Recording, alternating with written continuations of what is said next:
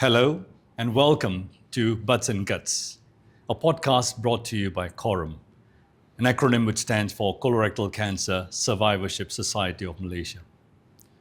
Corum is a leading advocacy group and a voice for colorectal cancer patients and survivors. Now, my name is Mahesh Singh, and I'm your host. Now, if you're a newly diagnosed cancer patient, a cancer survivor, a caretaker, or even if you have someone who has got passion to learn and understand more about colorectal diseases, in cancer in particular, this stage is for you. Now, in this podcast is where courage meets community, is where, people's voices, the resilience of the fight they go through in terms of cancer treatment, it takes center stage. Now, my guest today is a very special individual. Not only is he a colorectal cancer survivor, he is a very strong, exemplary advocate on survivorship. He's a strong advocate on screening for colorectal cancer. Azri, in spite of him going through the various battles he's been through, which I'm sure he'll allude to us in a short while, the ups and downs, he always has a constant smile on his face with some degree of sternness whenever he speaks. So, to start off, Azri, welcome to Butts and Guts. Terima kasih, Doktor. So let's start off basically by a brief introduction of yourself, your name for a start. You can let us know your age, unless you want to keep it private, that's okay. And where were you born? And then we'll probably lead on from there. Terima kasih. My name is Nur Azri, or just call me Azri. I'm now 55 years young. I'm from KL.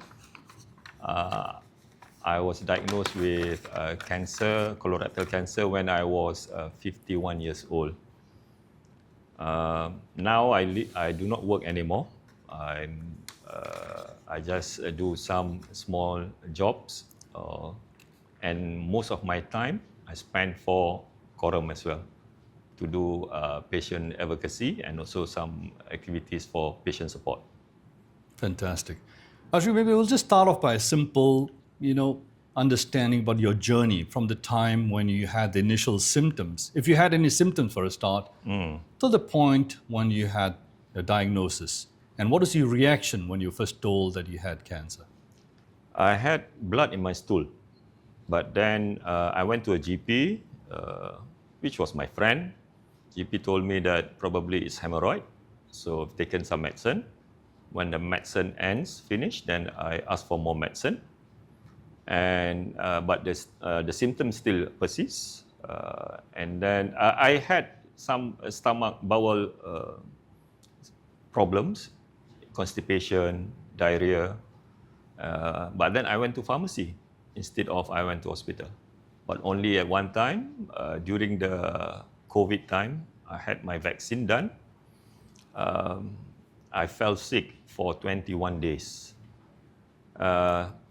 That was when I first started to visit hospital, and they found, after they've taken my blood, then only they suspect there are more serious things than just the vaccine issues. So I had further diagnostic, and I was diagnosed, and they told me that I had cancer. And I'm very surprised because since I am a sport person, at the same time, I also take care of my food, my intake, my diet, because I do play sport. I enjoy sport. And I was taken aback. I'm surprised why it happened to me. But then I have to go through all the long journey of treatment. Okay. So again, from the time you've had your initial symptoms to the point of a diagnosis, could you let us know how long was that frame? How long was that? It was like 6 months, I would say. But then I did not do anything about it from the first symptom. Or I did the wrong thing. Or I pandai, assume what I had. And pandai also look for solution for that.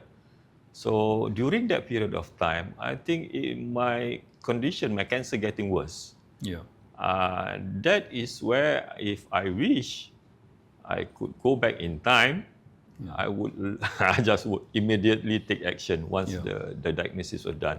Yeah, yeah. And you also did allude that, during that period, you were seen by doctors that they were giving medications without investigating along the lines of cancer, wasn't it? And But it was done, they thought that it was just hemorrhoid. hemorrhoids. I think that's a very common Yeah. mistake that people tend to foresee, many times mistaking bleeding per rectum as hemorrhoidal disorders. Isn't Yeah, it? but for now, when I advise other patients, Yep. peer patients, or where I come to see them, or whether I come across any friends and so on, my relatives, anybody at 50 years and above, if any of these symptoms, or if they have any family history, just go immediately for a diagnostic. There's no more screening for that anymore. That's good advice. That's right. Yeah. Now, Shubin, just walk us through briefly. I know you've had multiple procedures done regards to the kind of treatment modalities you were subjected to: surgery, chemotherapy. Oh, okay. At first, when after I've diagnosed, 2 or 3 weeks after that, I cannot pass motion at all. So they have to create a stoma for me so that I can pass motion. It took me a while to accept that condition of having a stoma. But then one of the nurse, introduced me to Corum. And I learned from there because I saw that I met other people that had similar problem with me, and they can go through their life. It's just so-called temporary, or even it's worse, some others permanent stoma. The stigma of having that stoma bag, ugly or dirty and so on, manageable still. I learned from that group. After I had that stoma, then I had my radiotherapy and my chemotherapy. That was hell of a time. Yep. Still, the worst period would be for me on the surgery. The surgery was done where I had pelvic exenteration, where they clear everything on my pelvic area, including my bladder, Yes. my pancreas is and some few other organs. After clearing that, I had to have another stoma bag. So I had 2 stoma bags at the same time. Yep. For my urine and for my stool. To recover that surgery, it took me some time because it was heavy one. After that surgery, I had to go through another chemotherapy. Yes. After chemotherapy, they found out something else than the effect of that treatment to me, where difficult to pass urine, stricture on my ureter, which they have to make a nephrostomy. Another tube. Another tube coming out directly from my kidney. So I had my third bag at that time. Yeah. Along the way, then the doctors decided to reverse my stoma, my ileostomy. So it's closed, and then I can pass motion like normal. But not far long after that, they found another problem on my right ureter. So I have to had another Nephrostomy as well. Nephrostomy on my right. So I have another tube, Right. another tube and another bag. So currently I have 3 bags attached to my body. Well, there you go. Just having just one stomal bag is already a big challenge. Having 3 different tubings is never easy. I think just for the benefit of the public who may not be aware, a stoma just refers to where a hollow viscera is being exteriorized on the outside. In this context, it's usually the ileostomy or where the small bowel is exteriorized, or colostomy is where the colon is exteriorized. And in Azri's case, it's a urostomy where the urine is being diverted out through a segment of small bowel which is exteriorized. So it is a game-changing event, isn't it? And how did you cope with that?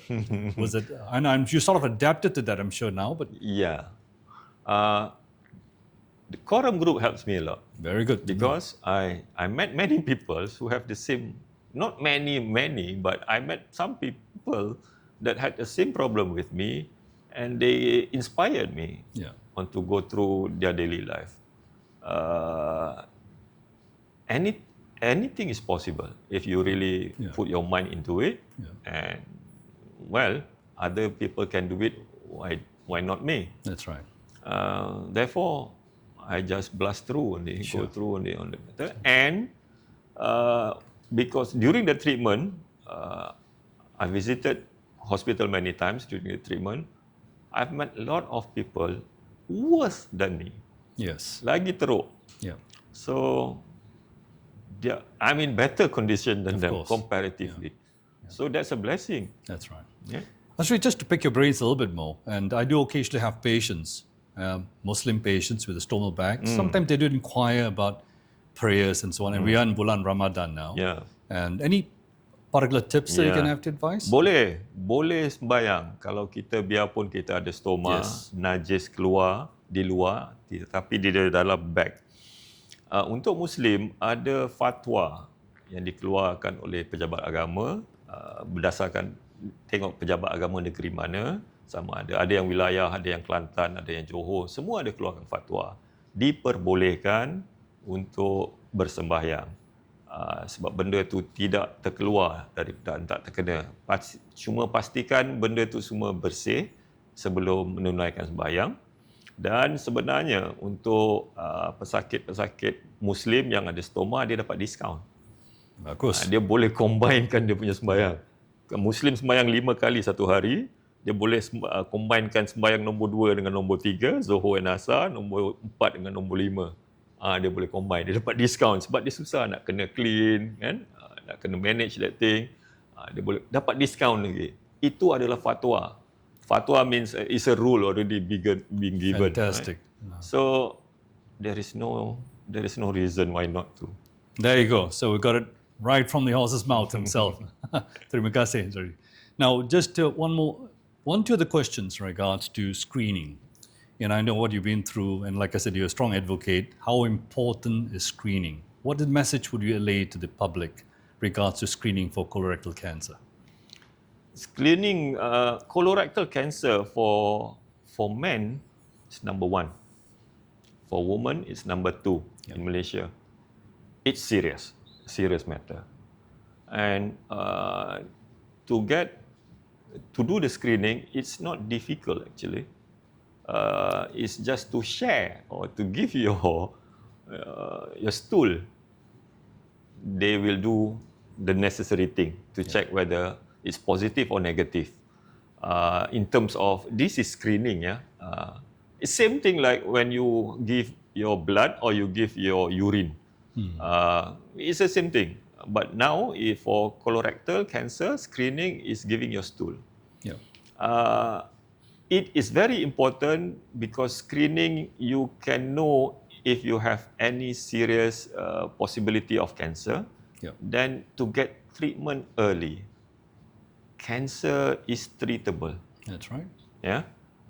But then, if you are on a late stage, the treatment that you have to go through, that's a very long journey. It's it's not 10 km punya run, like sports. It's like a ultra marathon, 100 km punya run. That's right.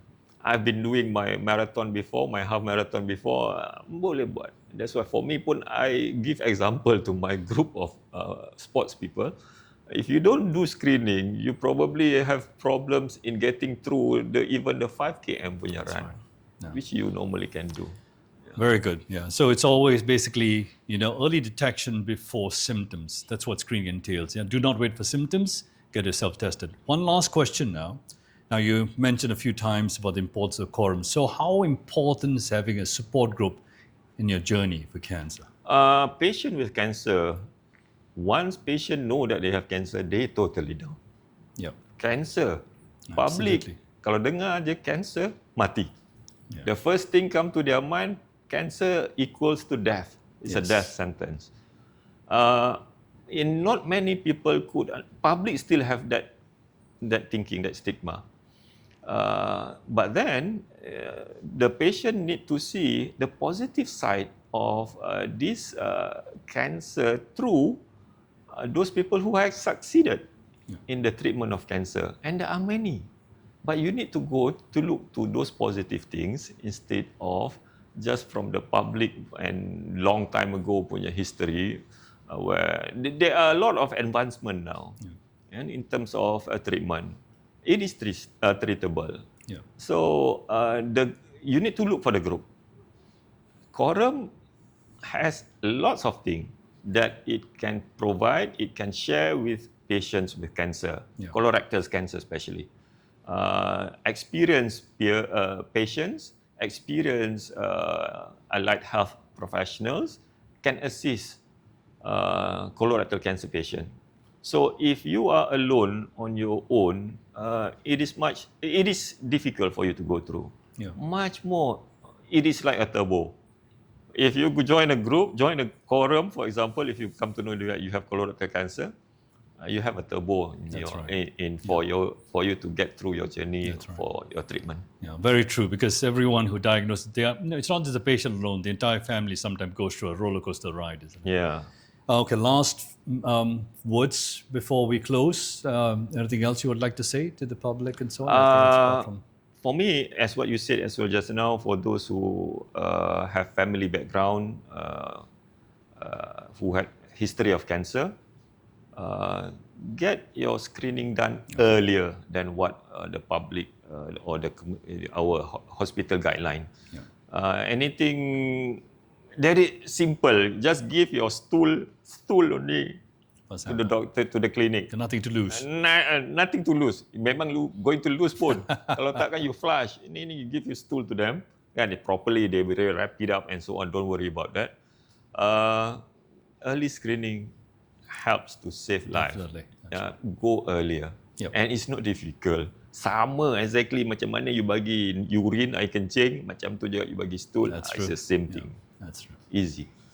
Okay, thank you so much, Azri. It's been enlightening listening to you. And this is actually the inaugural Butts and Guts podcast. And I intentionally wanted Azri to be the first person because of his exemplary role as an advocate towards screening. Thank you once again.